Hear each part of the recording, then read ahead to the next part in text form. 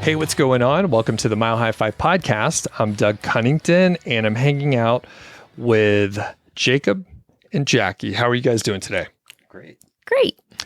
And you left your W-2 jobs about 2 years ago. You've been sort of interested in FI for several years, and you have a YouTube channel. You've been traveling a ton, so we're going to dig into a lot of details. And you're actually joining me live in the studio today, so welcome to the studio. Yeah. That's cool. Hanging out in the basement. Love it. And you've been in Longmont for a few days. Have you been here before? What do you think of the town? So this is our second time to Longmont. We have a friend from Longmont. And so we have just spent a couple days once before and mostly actually hung out in Boulder. Mm-hmm. Yeah. No disrespect to Longmont. Yeah. But yeah, so this time we came up to visit our friend, and we also picked up a camper shell for our trusty truck, Paula, so that's going to help us go do some more traveling adventures. But yeah, so we decided to hit up you and spend a few more days in Longmont, and we've had a fabulous time. The timing worked out really well because you were able to join for the sort of now famous potlucks that happen at Mr. Money Mustache HQ, and there were a lot of people in town. It was a big party. So yeah, what'd you guys think of that? Yeah, it was so nice to be in a group of people that you kind of just have a shortcut language with, like Yeah. talking just, travel and rentals and FI, and, it just was really easy and fun. Yeah, it was really lucky. I did not know I was going to meet a whole bunch of people. I thought I was just going to meet a few. Yeah, we had such a good time that Mindy and Carl basically had to chase us out at the end. Like, time to go. Yep. They flicked the lights, literally. They're like, come on, you people got to leave.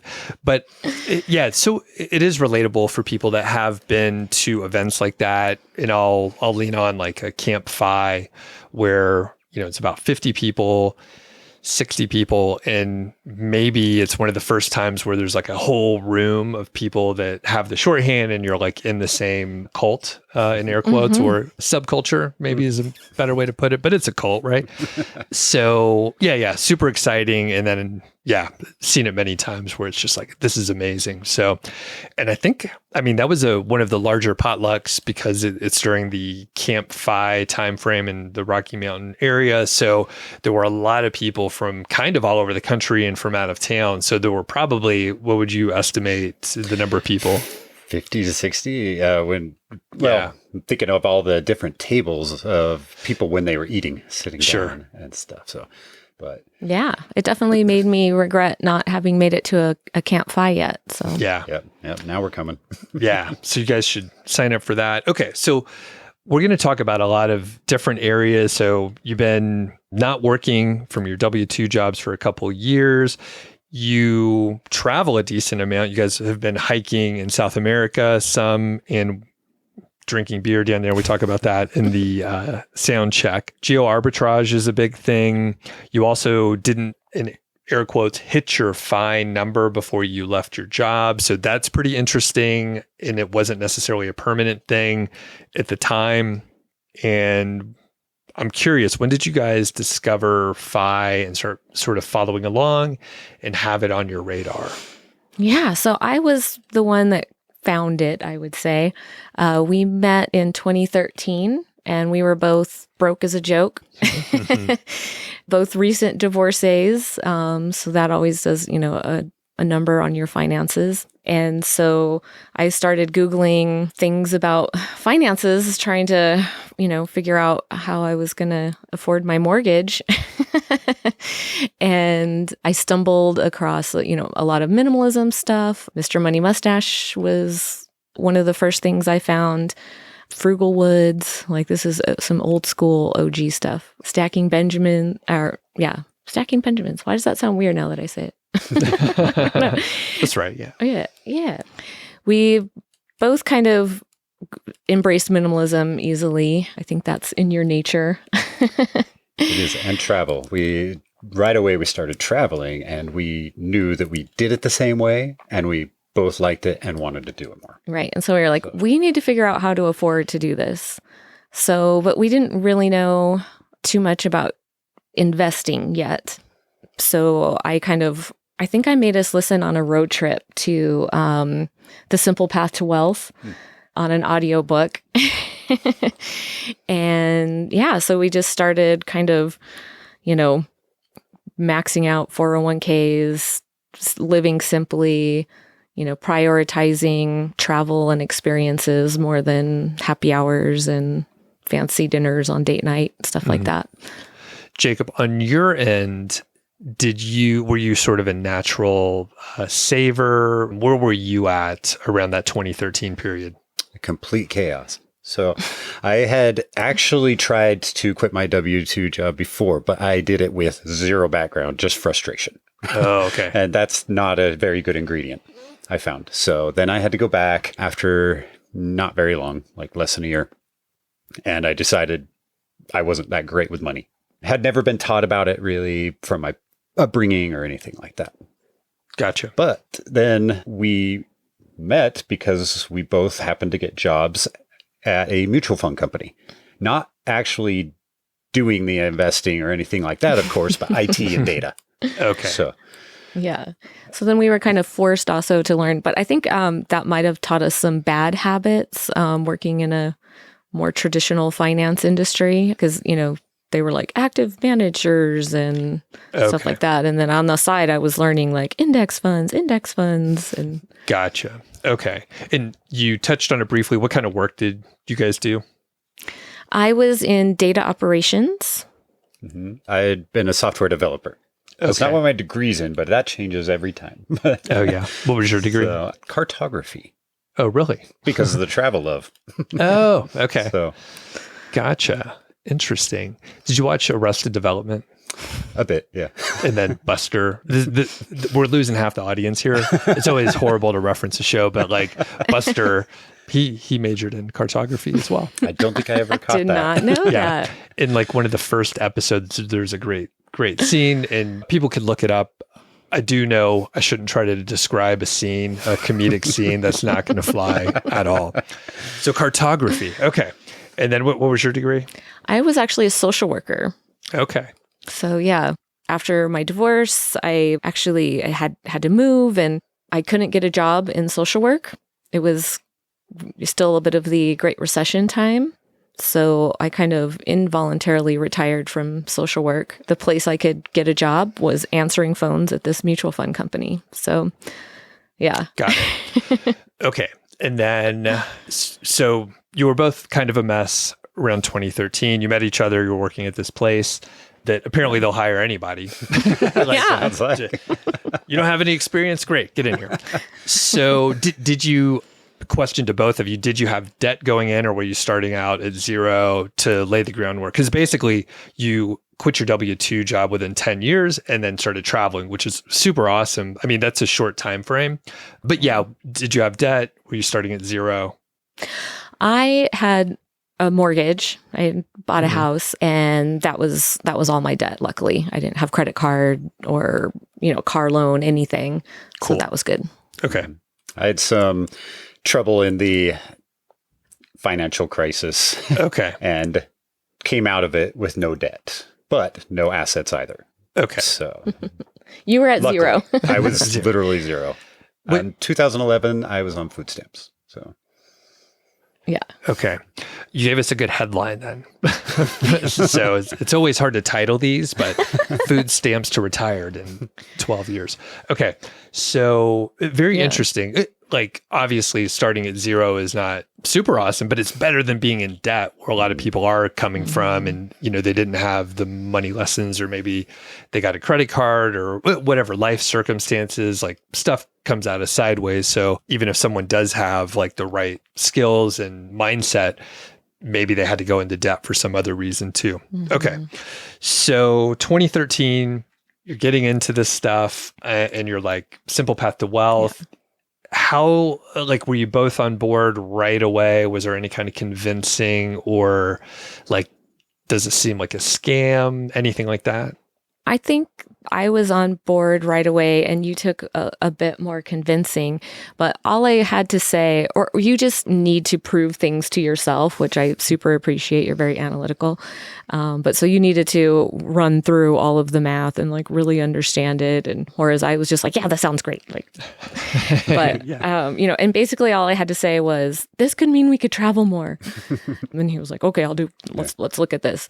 But probably around, 2015, 2016, we had saved up our pennies and our time off and took a trip to Peru and did our first international backpacking trip, which backpacking is something that we have come to love. And so as I'm like hovering, peeing in a bush, like on the side of a mountain in Peru, I'm just like, this is the most awesome thing ever.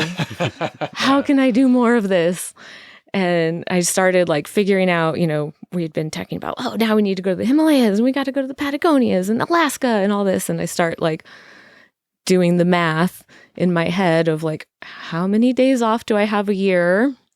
How long can my knees handle this hovering and climbing? And that's when it really like, we came back from that trip and it like, I think we sat down with a whiskey in the living room and like pulled out a sheet of paper and it was like, okay, how can we make $1 million? Like number one was burgle. It's like no idea gets left off. Yeah. It's a brainstorm, right? No bad ideas. It was a brainstorm. So probably about 25 down the list was work, save money, invest. That's what we did. Okay. Gotcha. All right. And then you mentioned like the key, and we hear this, it's like you can't necessarily like shove spreadsheets in someone's face. It's like, what can you get out of this? And it's the travel, and like you're both on board with the travel is a big love. Yeah, for sure. And not being stuck in the cubicle all day. All right. So did you then put a timeline around it? So you had the plan, you were like, we want to travel more. There's 8 years roughly that are going by here. So what did that look like those few years? So you have 2 daughters. So we were every other week parenting. So we knew we were going to be in Santa Fe and stable until they were both launched. So there was a lot of that going on. And so in the meantime there too, we got, we kind of started, we were maxing out our 401ks, we had our Roth, we had all this, and I got a little real estate curious. So during that time, that was kind of another way we could kick up our investments and be hands-on. So we actually, in 2019, bought a triplex and did a lot of manual labor. The only way this was going to work with our finances is if we could live in one of the units and rent out others. So we did a little house hack situation. And, there were like times where we got off work and had to go fix the toilet. Right. So those years, anybody raising kids knows that a lot of those years are a blur. Okay. Do you still own the triplex? We do. That's our primary residence now. Okay. Gotcha. And you still rent out 2 of the... Okay. Exactly. Yeah. And then we rent out the other one while we're traveling as well. That's our furnished. We rent it out month to month as a furnished rental. Okay. And that's in Santa Fe? And then when we want to come back, we just block off time. And that's a pretty crucial ingredient to our lifestyle. Perfect. In 2019, probably good year to buy, decent interest rates. Like, I mean, it probably seemed crazy to buy, but like now a few years later, like it's probably appreciated well. Yes, we were extremely lucky. I mean, so that's the real ingredient to all of our success is luck. It really is. Yeah. But no, I think we closed November of 2019 and it's appreciated. We have like a 2.5%, we were able to refi in 2020 with like a 2.5% interest rate. Oh, cool. Because it is a primary residence still. Oh, dang. Yeah, that's insane. Really cool. Yeah. And I mean, most people won't say, I know you were sort of kidding, but like we're all like a product of luck and timing and like the right years or the wrong years. And like you can't probably find a place like that now. And then interest rates are so different than they were. Like the math doesn't work out the same. Exactly. And I mean, there's no, even though we all go and talk about our stories and everybody has suggestions, there's really no recipe. There's no, you can't be like, do exactly this and it's going to work out just like it worked out for me.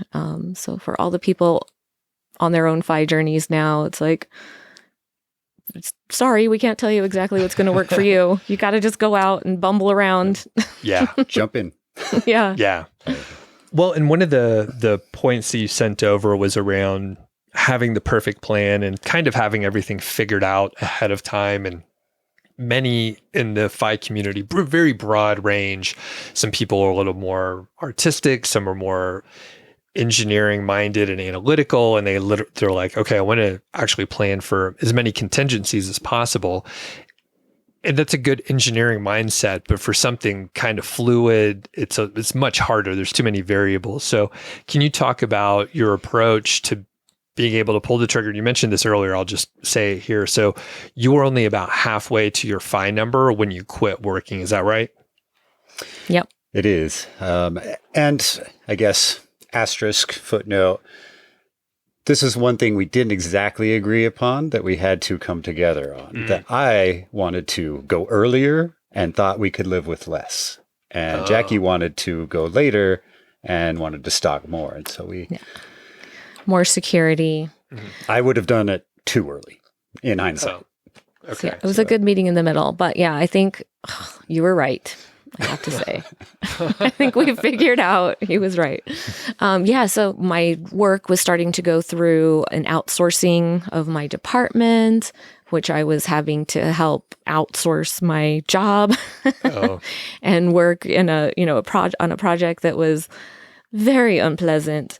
The youngest daughter had just gone off to college, and so it was kind of like, well, the house is empty-ish, minus we still had a dog and a cat at that time. And we had enough to where, some FU money. But in my mind, it was like, okay, well, it's time to go try something. But I definitely wouldn't call myself early retired. Like, this is probably going to be a sabbatical, but let's go try it. And then if we have to come back and get real jobs, we will. And now it's 2.5 years later, and we are kind of, luck with the markets, stuff like that. You can know. But yeah, it's looking like, yeah, maybe we could do this forever. Don't know until you're in it. For sure.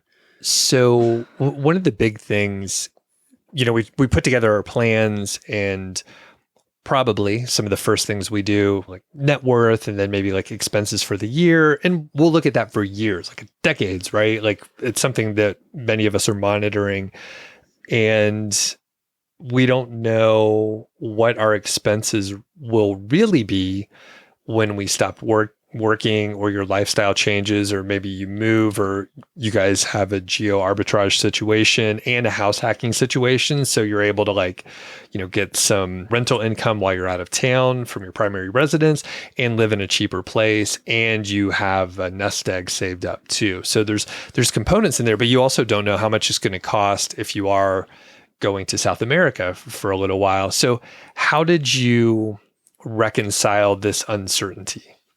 I got to tell you, we put this plan together.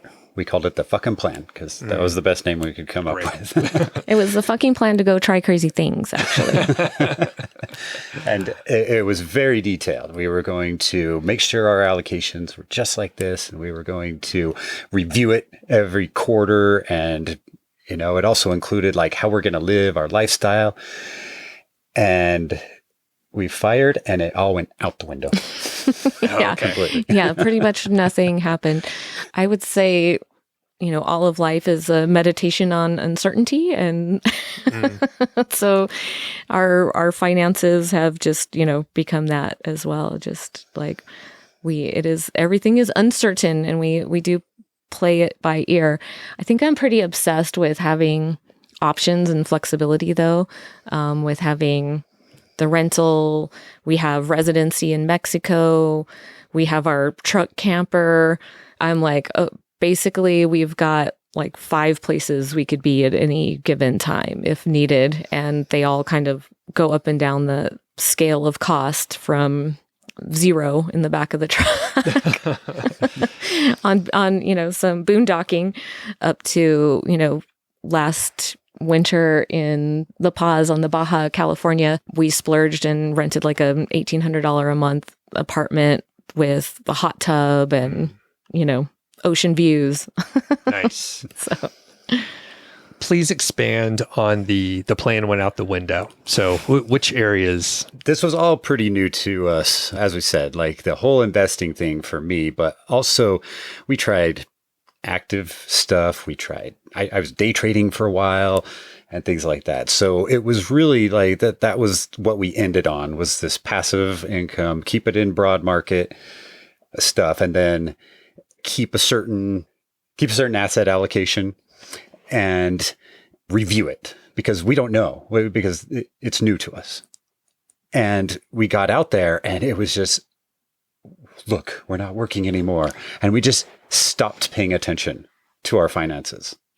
Basically, we did not reallocate. I was paying attention. I don't know what he's talking about. I'm obsessed. So see, he didn't even know that I was taking care of things, but I guess, yeah, you're why we're here.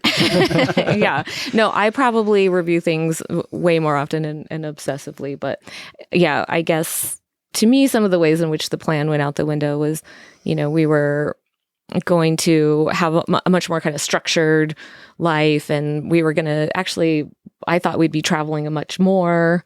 And yeah, I had a budget in mind and that was super safe, and we kind of blew past that budget. And then I saw, okay, that it still worked out fine.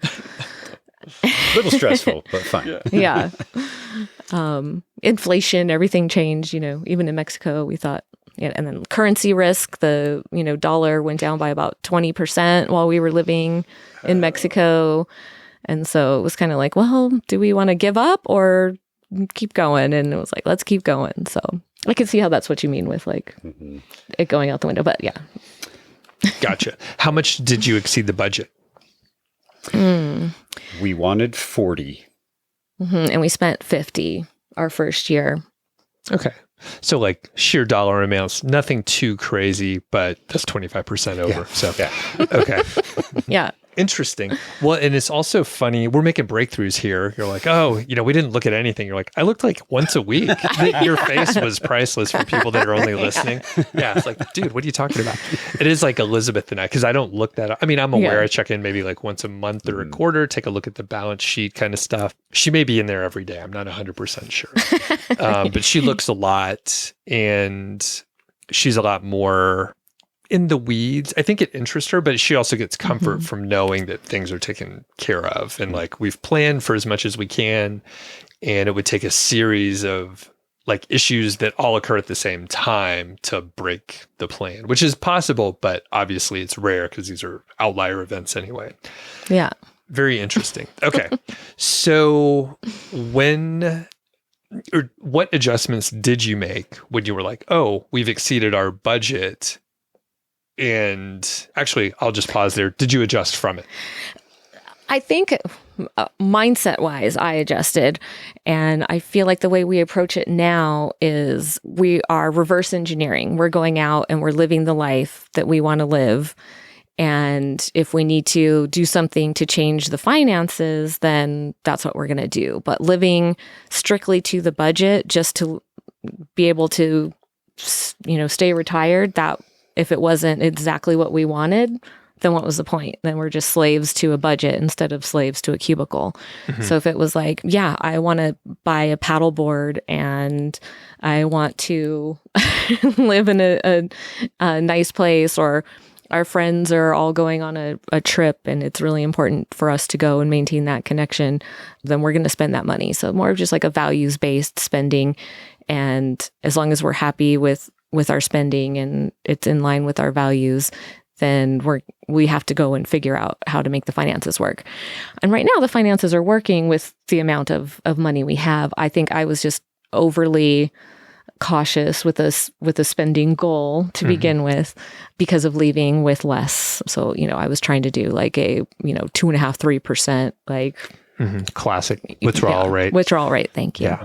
I do think we've kind of found an equilibrium, though. It feels like, and I know it's still kind of soon. It's only two years and change. And so things could change, but I feel like we're spending what we want to do, and we're not really, there's nothing that I wish we could do if only we had more money. Okay. So it's a nice spot to be at. Yeah. Interesting. So I want to rewind just a little bit. You mentioned that you started maxing out your 401ks, and did you have a Roth set up? Did you set up a Roth? Did you have a post-tax brokerage? Because you kind of knew like you were going to stop working before you hit 59 and a half, most likely. So how was that sort of allocation of the buckets where money is? So we have 401ks, Roths. We have a lot in brokerage. We have been doing Roth conversions for the past 2 years. Okay. So you'll be able to get to those. Okay. So you did plan a little ahead to have some flexibility, like you mentioned. Okay. Right. And then we have a lot of income from the rentals too. So that's part of the plan, definitely, for some liquidity. Okay. Perfect. And that helps the cash flow and make everything work. All right. Great. And the other part, I'm curious how much you're out of town, like away from Santa Fe, and then how much internationally?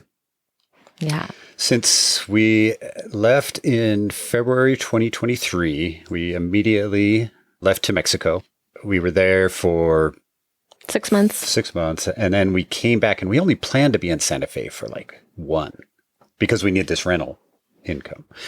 But we ended up like, this is a great place to be. And here's all our friends. And we ended up spending over 4 months there before going back to Mexico again. Yeah. Gotcha. And then, so that's kind of the pace that we've decided works better. In my mind, I thought we were going to go and be traveling, like 11 months out of the year. But now we're like, no, we need a solid several months around friends and family back in the U.S. Okay. Gotcha. It is interesting hearing from people that have traveled more, and everybody has like different constraints to be in a certain place. But I have heard from some people that are like, oh yeah, I thought I'd be gone. Yeah. Like you said, 11 months. And then they're like, it turns out I like my house. So that's one thing we've figured out specifically. We like our house, and we've rented a place in the mountains to get out of the heat in the summer. And a lot of people don't know, in the high country, we're getting places like 10,000 feet. They don't have AC up there a lot of times. So it actually gets pretty hot. And it's just a little warmer up there. So we're in our basement down here, right? It's cool. It's like 10 degrees cooler. Yeah. It's warm outside. So interesting. Well, South America, you guys seem to love it. You're spending most of your time down there. What's the draw? Well, South America, this past trip in particular, was to do Patagonian hikes, go to the big mountains while my knees still have something left in them. So that was the draw for South America. So we did 15 nights of backpacking in, several different countries, and which isn't a ton if you're like a through hiker or something, but these were all different. We went on 7 different trips. Yeah. Backpacking trips. Yeah. So. Yeah. So, and lots of traveling around. So that was really the draw for that. Most of our time though, I mentioned we have residency in Mexico, and that really does feel like our second home. We're from New Mexico. So Mexico's our neighbors, and that was a place that was quick and easy to go on a lot of our trips. And it's a great place. We actually really enjoy the culture, the people, the country is beautiful. So it's kind of our main go-to place. Gotcha. And with the backpacking and the hikes that you were doing, go ahead, geek out on it. What kind of gear do you bring? People are often into it, or you may not care, but if you want to. Yeah. Yeah. We don't go for the most ultralight, expensive stuff, but we do get okay. We're about mid-range. We like a little more comfort than some. We take a tent that weighs a little bit more, but we can both sit up in it in the same time. Okay. So we can play cards at night. Yep. Yeah. We have a fan that's about this big, about 3 inches long, that we blow up our air mattresses with because I was just tired of, you come in after hiking 12, 14 miles in a day and I don't want to blow up an air mattress.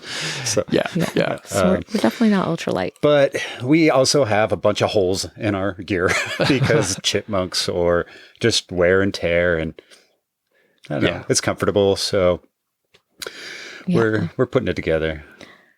But yeah, no, Jacob is in charge of all of the hiking planning, and he does an amazing job of finding great hikes that are a bit off the beaten track, not like the most popular hike in that country or something like that. So, and it's just really awesome to be able to get out and see things that so few people ever get the chance to see and really be away from people.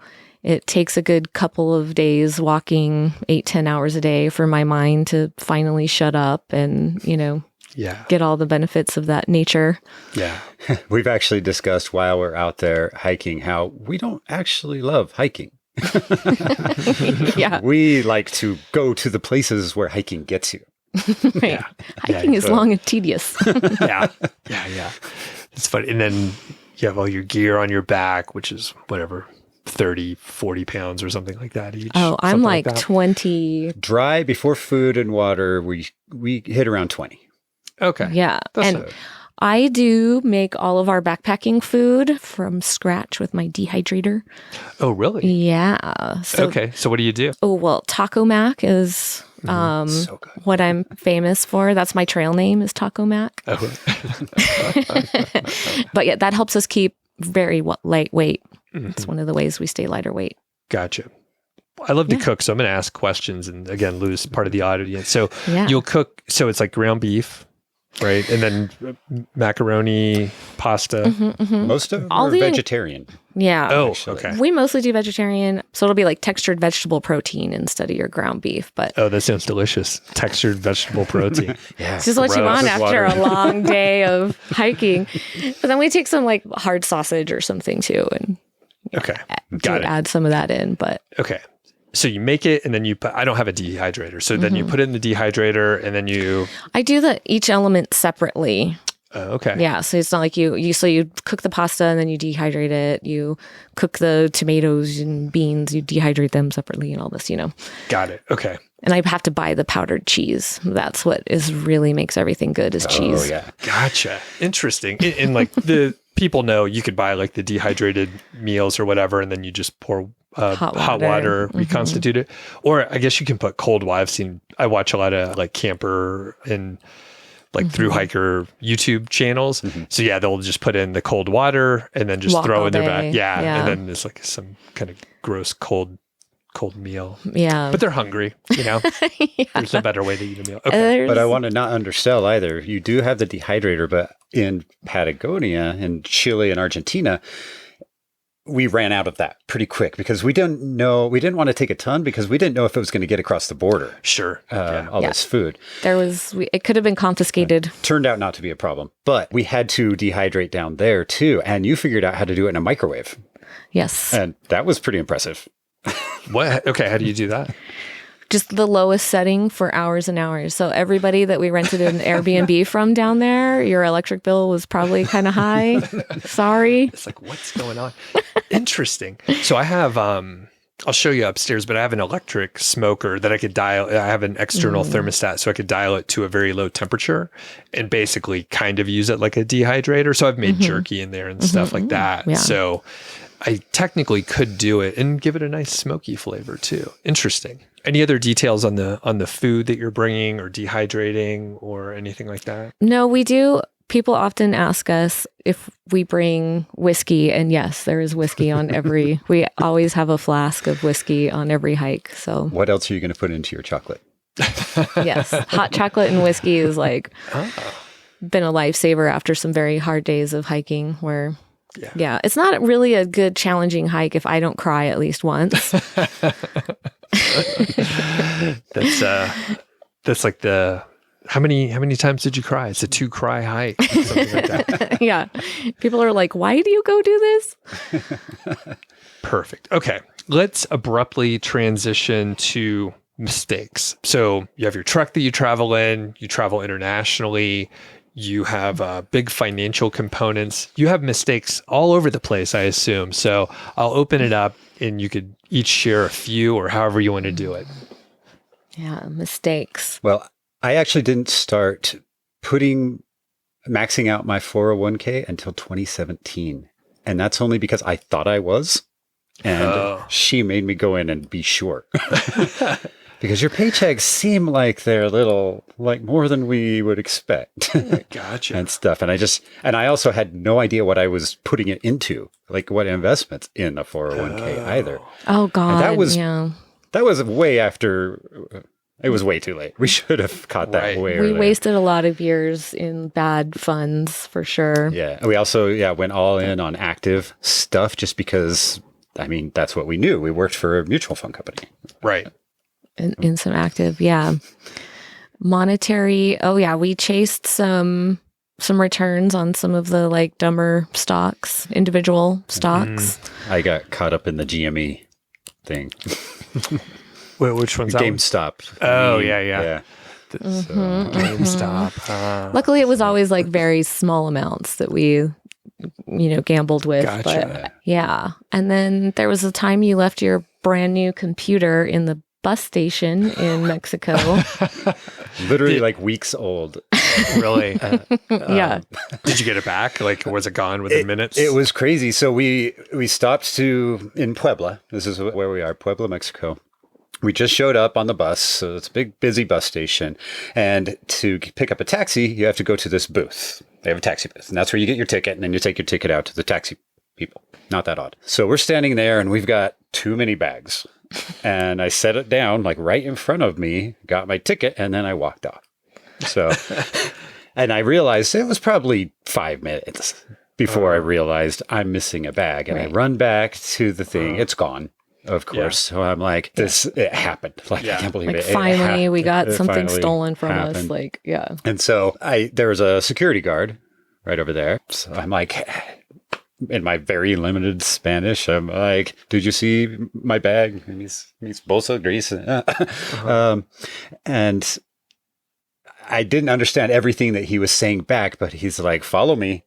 We're going to fill out a report, so I can report my bag missing. And we go through this enormous bus station, keep walking through. He just like leads me right through where the buses park, which you're not supposed to be, but I'm following the security guy.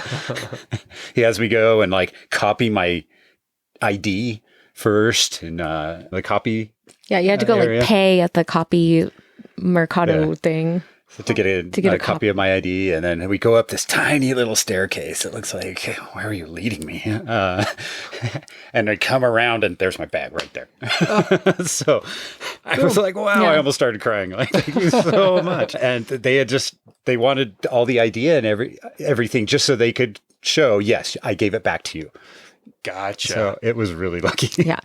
No, we're so lucky in all our travels around South America. We've been to Thailand. We've been to, lots of other places, and we've never had anything stolen. We were reverse robbed in Mazatlan, Mexico. So reverse robbed was we had 3 puppies left on our doorstep.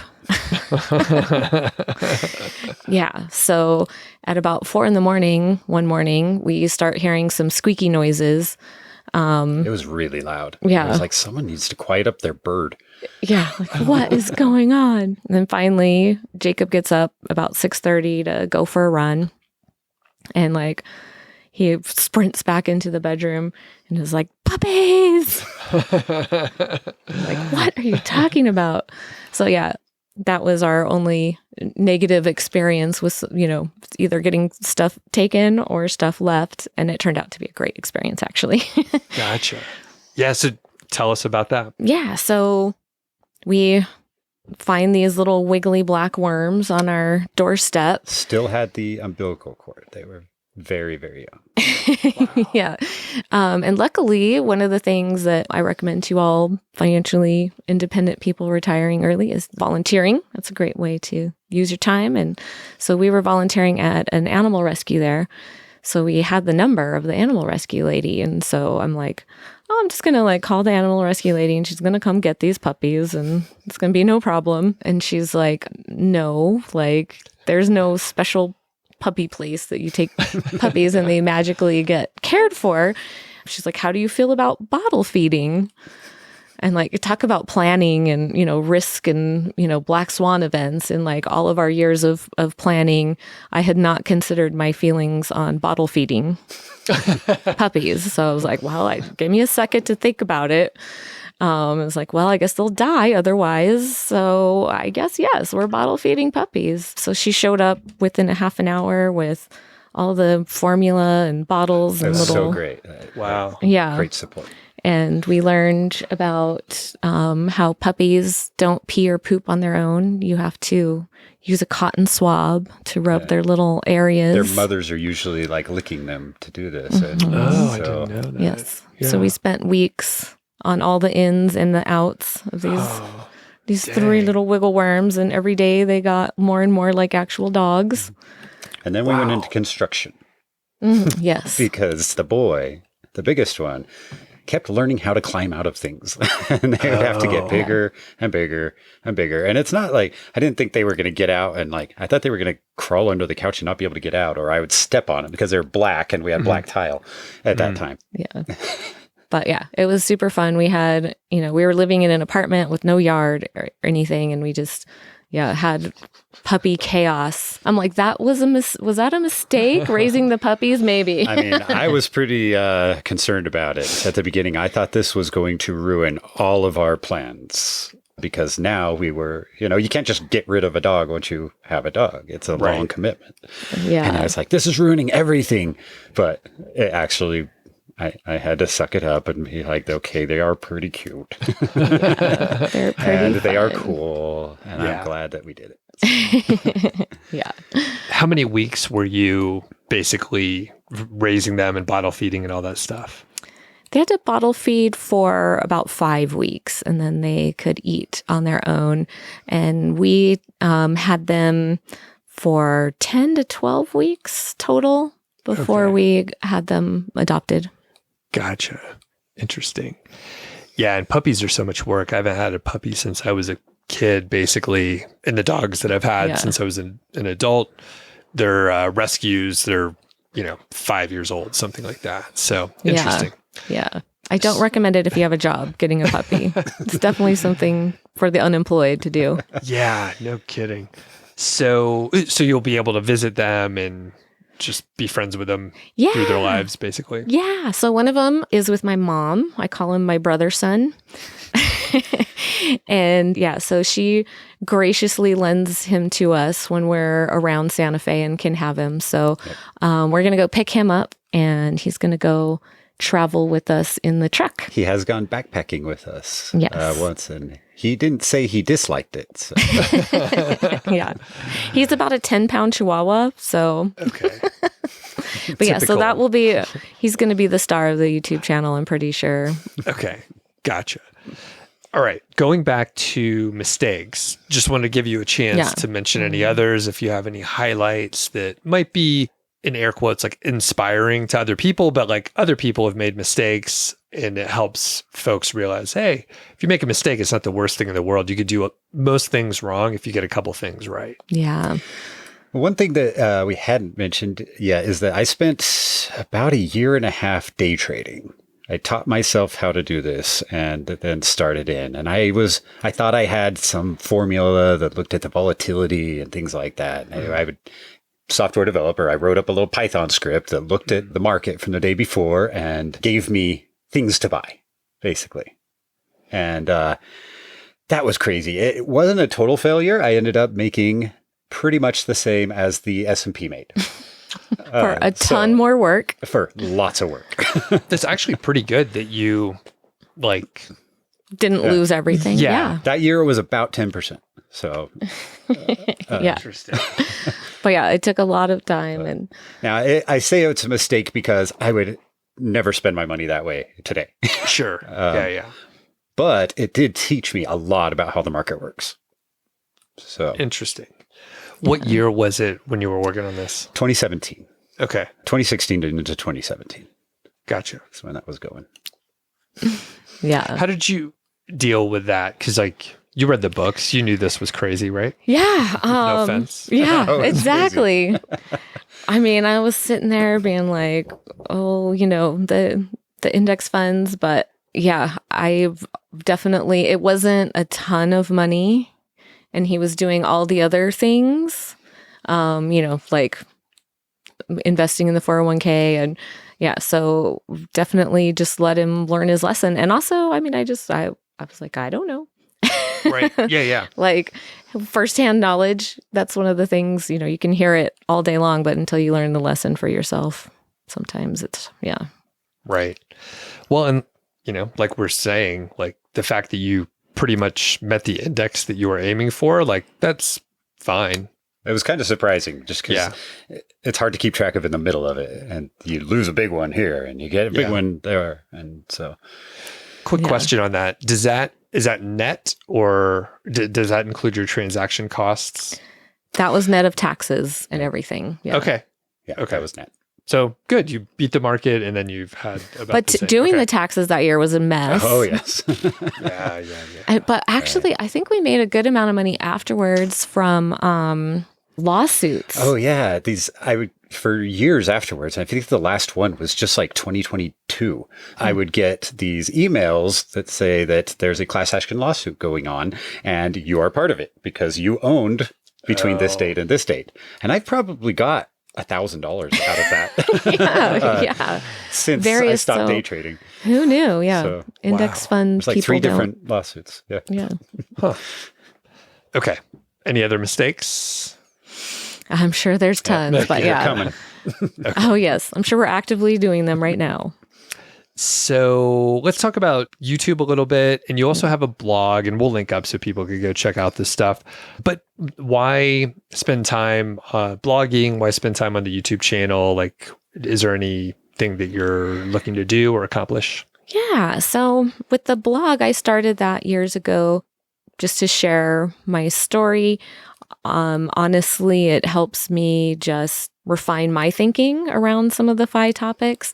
It's mostly about, money mindset and experience and dealing with the uncertainty, dealing with all the mental and emotional parts of money more than this should be your asset allocation. But yeah, so it helps me. And if it helps anybody else out there, then cool. I would like to do financial coaching. I've done a little bit and I'd like to do more.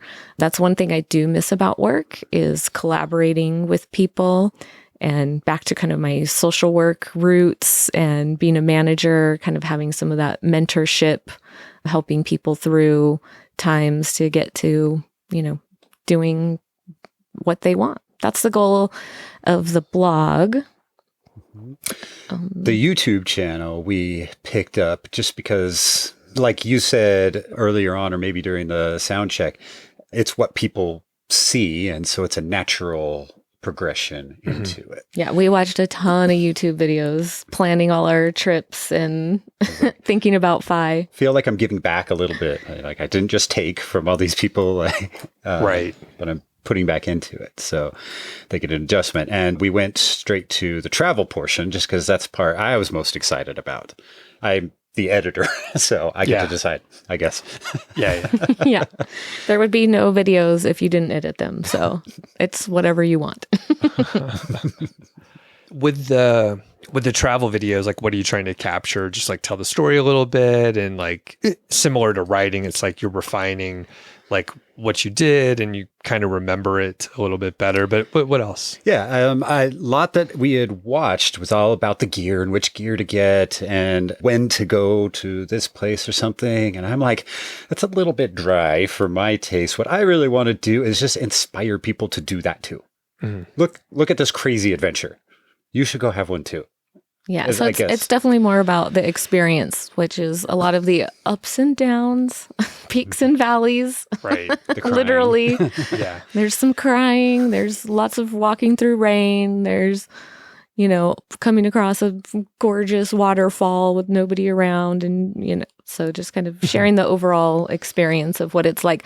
Because there's a lot of people that never get to go on a backpacking trip like this. In particular, my mother was one of the people, she was like, just couldn't wrap her head around, like, what do you guys do out there? Like, why do you go do this? So yeah, it's basically for my mom. Walking around with dried food, uncomfortable bedding. Yep. Okay. Anything surprising from YouTube specifically where you're like publishing stuff? Like, is it going how you expected, or just curious? Oh, man. So you and I met at FinCon last year. At that conference, there was a lot of people who were YouTubers. And I heard it several times that it takes about an hour a minute to publish some of this stuff. That's what a lot of people said. And I got to say, that must be when you're way better than me, because it takes a long time. I'm probably 2-ish hours per minute, and we have some long videos. Yeah. So this is like full-time job when I want to put one together. And that surprised me. Damn. Yeah. So for people that know, doing a podcast on YouTube, much easier. I'm spending the amount of time here now. And then a wonderful producer, Chris, check out his blog out there. There's a link in the description. He does some light editing, but like, yeah, true, like a video that's intentionally like showing something, not a podcast interview. Yeah, it takes forever. That was like one of the first things that I outsourced, because in theory, I kind of enjoy the editing, but like the amount of time that it takes, I was just like, fuck this. Like, I can't do it. It's too much in it. Like, there are very talented editors that can do it faster, but like there's no shortcut, because I mean, you may be tweaking like a cut to time with a song that you're playing, and it's like the rhythm works, and it's like a Ken Burns, you're treating it like a Ken Burns documentary. Yeah. But it's just your travel video. So just finding the music, something that I like, has the style I want, the feel, it's Creative Commons, because I don't have enough money to pay for stuff. Yeah, right. Yet. Way too cheap to pay. That alone, just finding the music, takes hours and hours sometimes. So we'll point some people to your videos. Do you have a favorite one or two where you're like, this is good, and like we want to share it? Yeah. I feel like our Bariloche video, Nahuel Huapi, we spent 4 nights backpacking around there and got into some pretty intense situations that we did not expect. It was not supposed to be this difficult, according to the internet, but gotcha. It was very fun too, and absolutely gorgeous. But that was a really good one. That would be my favorite. Okay, cool. We'll link up to that one. And yeah, what else with YouTube? Any other things that you have found interesting with it? Getting subscribers is really hard. It is more rewarding, even without getting a ton of subscribers or views or anything. Like, just the process of us working together on it, and it, we have developed some skills around it that I thought I wouldn't enjoy the process as much as I actually have. I don't even know that we would have gone back and looked at our photos and videos yet if we had not done this. And so it's kind of restores the memory. It's like, oh yeah, that was really fun. When is the brewery walking tour in Longmont going to publish? Will that be out in the next couple months, probably? Probably. So I've got to roll that in. Yeah, I'm the project manager, right. So I can put it top of the list if, So we should do that. The puppies and yes, this brewery video are next on the list. Okay. Got it. Okay. And we'll link up however it makes sense. But I was going to say, you mentioned that you do the little brewery video, so you remember like which breweries you have gone to. And it's crazy. Like, I used to remember like all the breweries and bars and beers that I would have. And I don't use I don't use any of the apps, right? Like, I kind of predated those a little bit. And then when they came out, I'm like, I don't have time to I'm not going to log in and do all this stuff. I don't care. The UIs are terrible on all of those apps too. And then it's like, there's another app and you got to log in. And so anyway, I've forgotten most of the beers and breweries in different places. And I'm like, I think maybe I've been in here before. And of course, you're drinking while you're there. Yeah. That doesn't help your memory. Right. But anyway, so you video it and you actually do remember it more. You do something with it and you can like rewatch those videos and you're like, oh yeah, there was a time, there was this massive rainstorm in Longmont. And for some reason, we still walked it. But Yeah. It was, we kind of accidentally started doing that because we went to Europe in 2018. We spent some time backpacking in Switzerland, and then we went to Prague. And Prague, they have the pivovars, and we were going to go start hitting all these breweries in Prague. And we decided at that point we were going to take a selfie with every new brewery that we got to in Prague, so we could, document that. And then we got home and we just kept on doing it. Gotcha. And then that turned into videos and stuff like that. So that's really how I would be able to go back and say, yes, we have been to that brewery, or no, we haven't. So Right. That's pretty cool. Yeah. So we were at Left Hand and I participated in the little video, and it was the first time. And I was like, oh, are we finishing our beer? Like we cheers and then we like drink the whole thing. So I saw you guys stopped. So I stopped too. But that would have been good. You would have kept rolling. And it's like, Doug just crushed the beer. that would For no have been reason. Yeah. I was like, now you're setting new standards for us. We got to do it. Yeah. Don't enjoy it. Just drink it as fast as you can. All right. Cool. So we covered a lot of ground here. One leftover question I want to ask. I don't have a strong interest in like Mexican residency, but like, what do you get out of that? And then how hard is it for someone to get if they're interested in it? Yeah. So it's gotten harder since we did it 2.5 years ago. But it's basically showing financial solvency and dealing with Mexican bureaucracy. They love their paper. Yeah, literally, there was like a 4-inch stack of papers each of us had to do to jump through this hoop. And then we had to just go stalk the lady at our local consulate in Albuquerque. But yeah, most anybody who's, even lean fi would meet their financial requirements. But if you're trying to do just purely income based, it's gotten pretty high. Like I think each person needs about $4,500 a month of income to qualify for temporary residency. Whereas it used to be more like $2,000.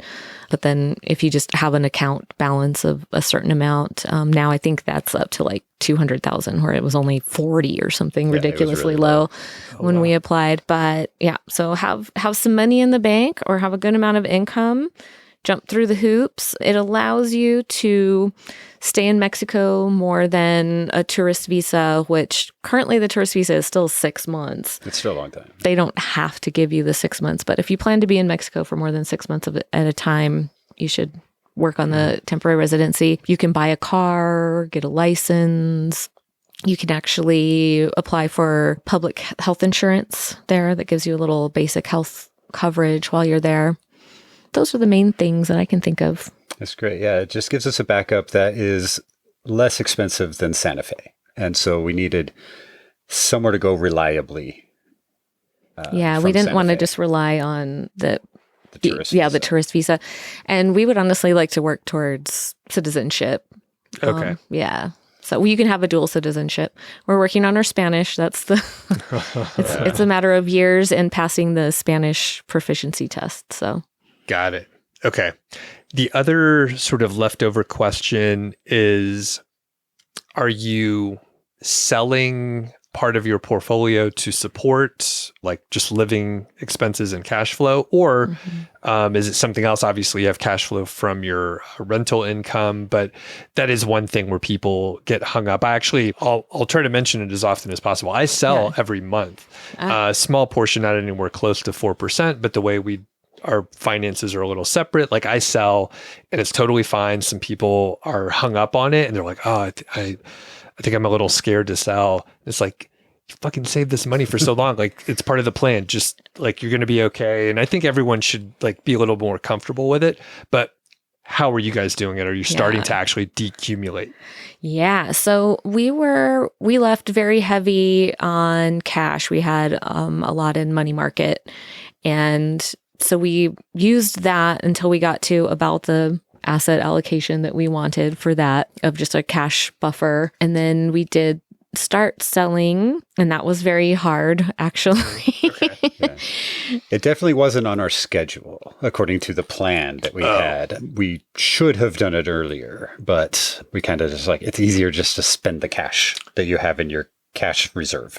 Right. And and we didn't have to do any big capital outflows, or big projects for our rentals. So we had more cash coming in really than we even expected. So we were able to not really liquidate anything, sell anything for almost the first 2 years totally. And then we're like 2.5 years in. So it's only been about the past 6 months. I like to kind of do it in a big chunk, enough for like 4 months in advance. But then we decided to buy this camper shell thing, right? And it came time to actually, send the money for it after we'd ordered it. And it was like April 4th or something that right after Liberation Day, to where the market had like totally tanked. And I was like, oh God, like that definitely hit a little different. But so anyway, I was able to like kind of shuffle some stuff around and pushed it off a few weeks. And luckily the market recovered. But yeah, that definitely was an experience. Goodness. So can you tell us, you mentioned you had a decent amount of cash. Can you tell us in terms of like annual expenses, roughly where that might be? Yeah. So I like to have about 2 years in expenses of a basic expense. So more of like that, more of the 40,000 that we'd like to spend rather than the 50 that we're actually spending. But I guess if we really needed to buckle down, we'd have 2 years. Yeah. Okay. Perfect. And the other portion, it sounded like you didn't hire an advisor or anything, and an interview that's coming out very soon. It'll be out by the time this episode goes. Someone actually quit in February of 2025. They basically panicked a little bit, and they sold about a third of their portfolio. The thing is, they were probably like 95% equities. So like it hit harder. And I mean, really, if you go to an advisor and they're like, hey, you're going to retire in the next 5 years or something, they'll start moving you into bonds a little bit, because you kind of need that in case there's a big market correction, 30, 40%, because you don't want to sell those equities. So it's like you lose some returns, but if something bad happens in the market, you have somewhere to go. So you had cash, which is good, but like, did you have more bonds? Can you talk about the allocation as you were quitting? Is that something you thought about? Yeah, I have been anti-bonds, convinced to be anti-bonds, I think, for a good while. So more of our money market was a bit more of that portion. So we're probably 80% in equities. We do have international. We have a good chunk in international, some small cap, some sector specific. So we're not totally like VTA, what is it? VTSIX or whatever in chill. VTI. I'm in the ETF, so it's VTI. Yeah, right. So we weren't like totally just VTI. We do have some diversification, and then with the rental income, that really is much more of the stability, our alternative. Right. Okay. And that totally makes sense. Like, there were probably people thinking, oh yeah, but the rental income, which is obviously like a big chunk of it, and that adds the stability that you need for cash flow, and probably, you could shuffle some things around and be in good shape. I mean, is it perfect? No. Could I pay an advisor to tell me other things? Yes.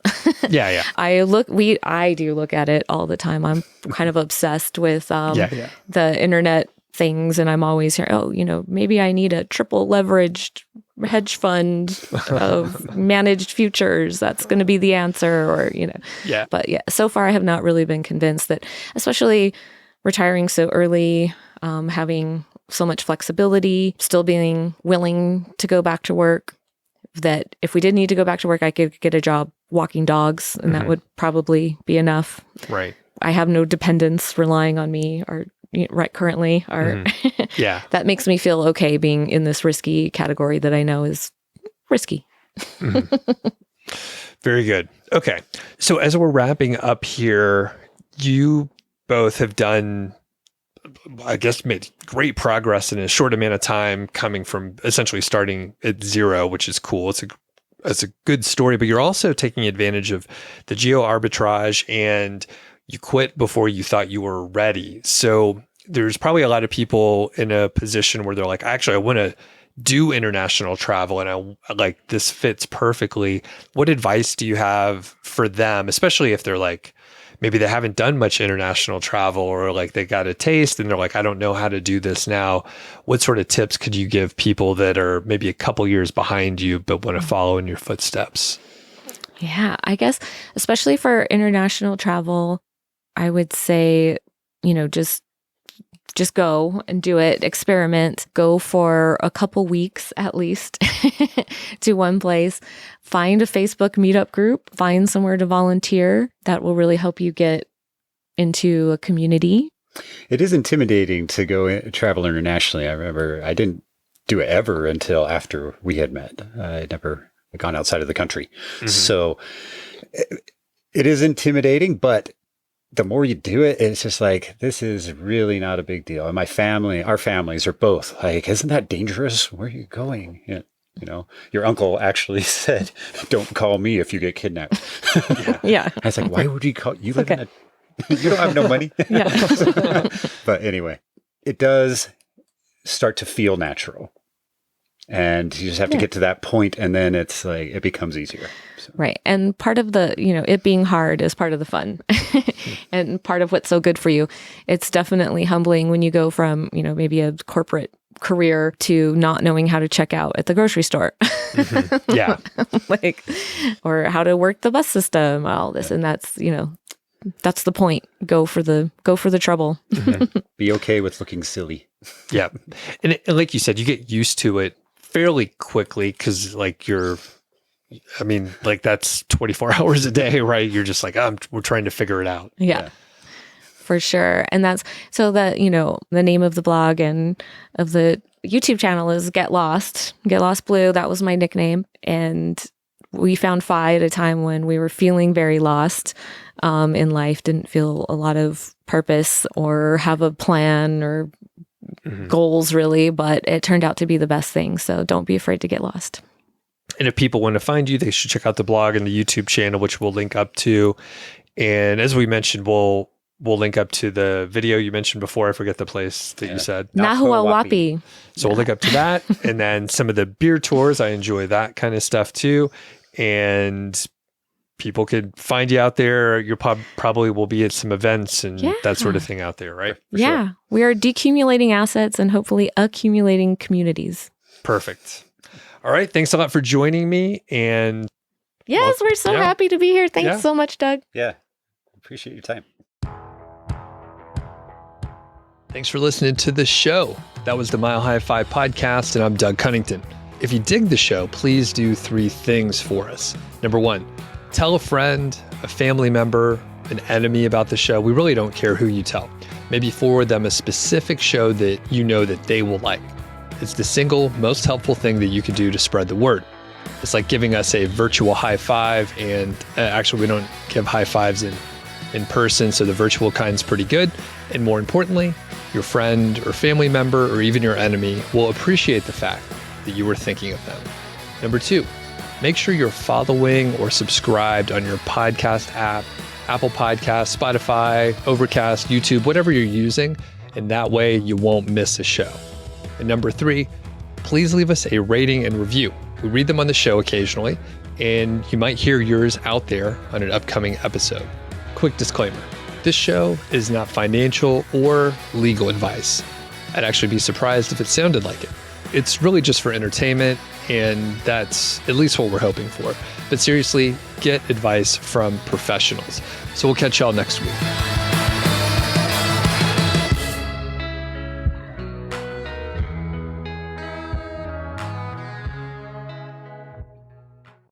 I joined you guys briefly for a brewery crawl, basically. So I went to 2 places, Left Hand and Shoes and Brews, but you had a list of several places. And while I was out, the weather was favorable. Although I knew there were going to be a chance of thunderstorms and there were some rumbles earlier in the day.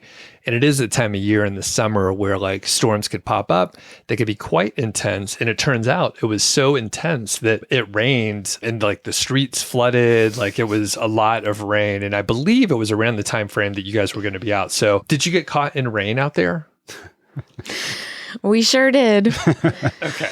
Absolutely. Yeah. It improved the beer tour, maybe, but I was, we were pretty late in. It was sobering to run in the rain to the next brewery. Oh, wow. We didn't have our rain gear that we normally would have had just because when we left home in Santa Fe, we had a lot going on there. And so we had to put stuff together really quick, and neither of our rain jackets got included. Gotcha. Yeah, we had a flat tire that morning and all kinds of stuff. So we ran out without the rain gear. Oh. But yeah, so we had 8 breweries on our list, and the last one closed at 10 p.m., right? And we couldn't start until 4 because that's when our tour guide, Vince, got off work. So. Yes. So between 4 and 10, we hit 8 breweries, walked about 5 miles. Nice. I think you joined us for 2 of the best, though. I really enjoyed both of those. Excellent. Yeah. Those are, some of my favorites. So Left Hand and Shoes and Brews, very good. They're right on the Greenway, so it was convenient in multiple ways, and it wasn't raining then. So I am curious. I mean, like when I'm describing the rain, like it was torrential downpour for like about 40 minutes or something like that. And my wife was on the way back from a puzzle competition with some of her friends, and she was like, hey, I think I'm just going to I'm going to get dropped off, open the garage door. It's pouring. And I'm like, it's not raining here at all. So I'm not sure what you're talking about. But slowly the rain did make its way. Where were you walking when it started raining, or when you were out to dry, so to speak? We left Wibby. Okay. And went to Pump House. And that's about a 15-minute walk. And it was sprinkling. It just started raining when we left Wibby. Mm-hmm. But by the time we got to Pump House, it was coming down pretty good. And the streets had started to fill up, like you mentioned. Yeah. And then after Pump House, we walked to Long's Peak. Okay. And it was still coming down. Gotcha. But that's just a little hop. So. Yep. And then we had to walk home, and it was still coming down. Yes. Gotcha. I was like, surely y'all have sense enough to just get an Uber at that point, but you walked it. Well, there's a certain amount of stubbornness that comes after the 4th or 5th brewery. Yeah, we're pretty stubborn in general when it comes to a goal, a mission. Completing 8 breweries on foot. Yep. Yeah. It made sense when it wasn't raining, because I offered to give you guys a ride. You're like, oh, we kind of walk it. I was like, okay, that's cool. I'll see you over there, and I'll have half a beer before you show up. But yeah, like I said, in the rain, the thunderstorm, like the whole thing, I was like, there's some long walks, but at least that's down Main Street. So there are some overhangs where you get a little coverage. Yeah, not as many as I hoped, but I thought of that too. Yeah. All right. Cool walking tour. Do you do this everywhere that you have a chance to drink beers and go to breweries? Breweries are great. So a lot of people have different hobbies, especially when they travel. And a big one is foodies, people who like to go to those restaurants. Well, we aren't really foodies people, but it's really cool to go to breweries because everywhere, they're all over the world, and they have kind of a familiar style. But they're all different. And so we just love to go check them out. And it kind of introduces us to the place. Yeah, breweries have generally good vibe and there's usually activities going on too, that you can meet people, live music or trivia. And, brewers, you sometimes get to meet the people lovingly making the brew. So yeah, we definitely try and hit up as many breweries as possible. We just came from Patagonia, and so we did a pretty epic 20-some breweries around Bariloche, Argentina, and then Valdivia, Chile. That's where we really kind of made a formal, we'd set a goal and formally try and get it done. So Yeah. we were just amateurs before then. Gotcha. And you get your steps in too. So Exactly. it's good.